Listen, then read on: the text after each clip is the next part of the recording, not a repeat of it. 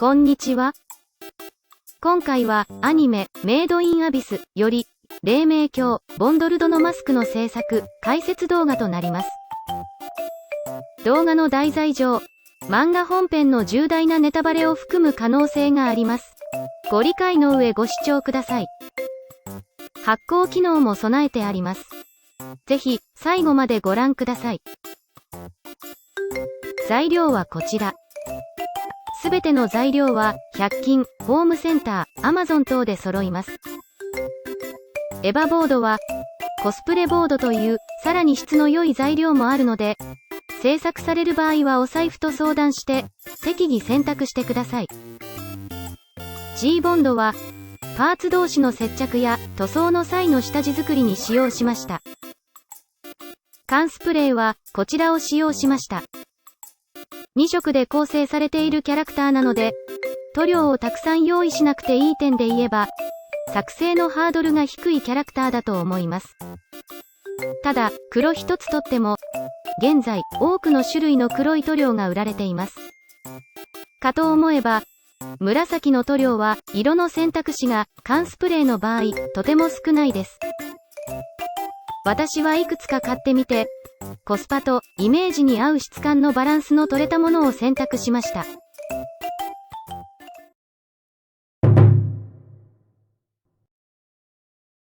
イメージをスケッチに起こします。特に心がけたい点は文字として起こしました。マスキングテープを使うと裏が透けて視認性が良く、貼ったり剥がしたりもできるためおすすめです。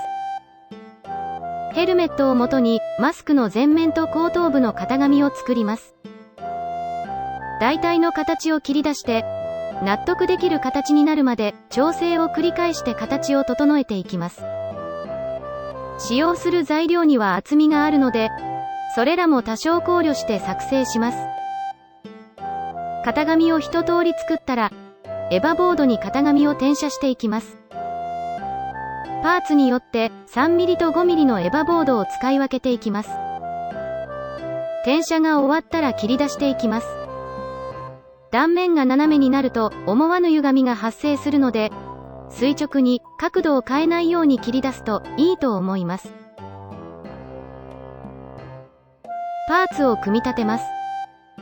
先ほどにもあったように接着には G17 というボンドを使用しました。このままだと継ぎ目が目立ってしまうので、パテを使い凹凸を自然にならします。ボデーパテは大まかな形作りに使用し、タミヤのラッカーパテは細かな傷や小さな穴埋めに使用します。パテを持ってはヤスリで研磨するといった作業を繰り返して表面を平滑にしていきます。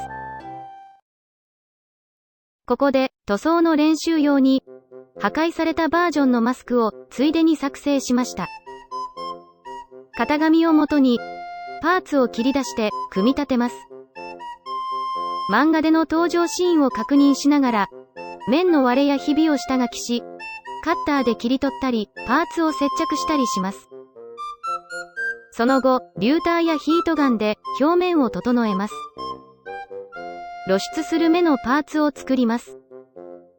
仮面をくり抜いた端材から形を割り出し、薄いエヴァボードでパーツを作ります。小さい磁石を仮面、目のパーツそれぞれに貼り付けます。リベットは100円ショップに売っているくるみボタンを接着、塗装して再現しています。塗装していきます。パーツにラッカー薄め液で希釈した G ボンドを下地として塗布します。乾燥したらサーフェイサーを吹き、仮面本体をラッカースプレーの黒で塗装します。その後、仮面中央部をマスキング塗装します。目はマスキングと筆塗りを併用して塗装していきます。作成当時はカラー資料がほぼ皆無だったため、個人的な印象で配色しました。塗り分けを終えたら目らしい質感を再現するため、木工用ボンドを必要に応じて塗布しました。随所に傷やすすのような塗装、汚れを描き足したら完成です。続きです。後頭部のパーツ、前面のパーツが出来上がり、バランスの確認ができるようになったため、側頭部のパーツも同様に作っていきます。型紙を製作し、エバボードに転写してパーツを切り出し、組み立ててバランスを確認します。耳に当たるパーツの中身を作ります。マスク後頭部に2本のパイプが通っているので、これらはホースによって再現します。隙間から見えるディティールとホースの保持パーツをカバー内に詰め込みます。これでパーツがすべて揃いました。継ぎ目、傷、へこみなどをパテを使って埋めていきます。それらをヤスリで平滑にした後にサーフェーサーを吹き、気になる箇所をパテで埋めるといった作業を繰り返します。ある程度キリがない作業ではあるので、自分が満足できるタイミングで完了とします。パテを盛り終えたら、ラバースプレーで塗装した後に、ラッカースプレーの黒で上から塗装します。中央の紫色の部分を作ったら、完成です。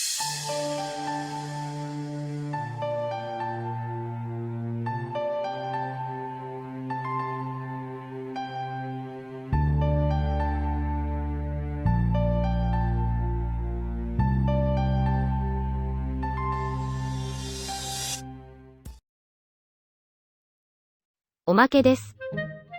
中央の光る部分についてです。いろいろ試して現在形に至るので、それぞれ紹介します。共通して、溝の中に LED を入れ、紫色のもので蓋をする、といった形態をとっています。はじめは、100円ショップに売っていた、LED ランタンの基板を軽く改造し、紫色のフィルムを貼った透明なプラスチック板を外装としていました。小当時のビジュアルに満足がいかず、変更しました。次に、光源は変えず、外装を塗装したプラスチック板に変更しました。光の広がり方や、小当時の見た目もだいぶ改善されました。それでも、光る部分が少ないことが、ボトルネックとなっていたため、これを改善すべく、LED の間隔の狭い LED テープを導入し、外装も塗装したホースを切断したものに変更しました。これで小当時、点灯時の外観がより理想に近いものとなりました。いかがだったでしょうか？皆さんの創作の手法の幅が広がったら嬉しいです。動画、作品に対するご意見、ご感想、アドバイスなどお待ちしております。以上となります。ご視聴ありがとうございました。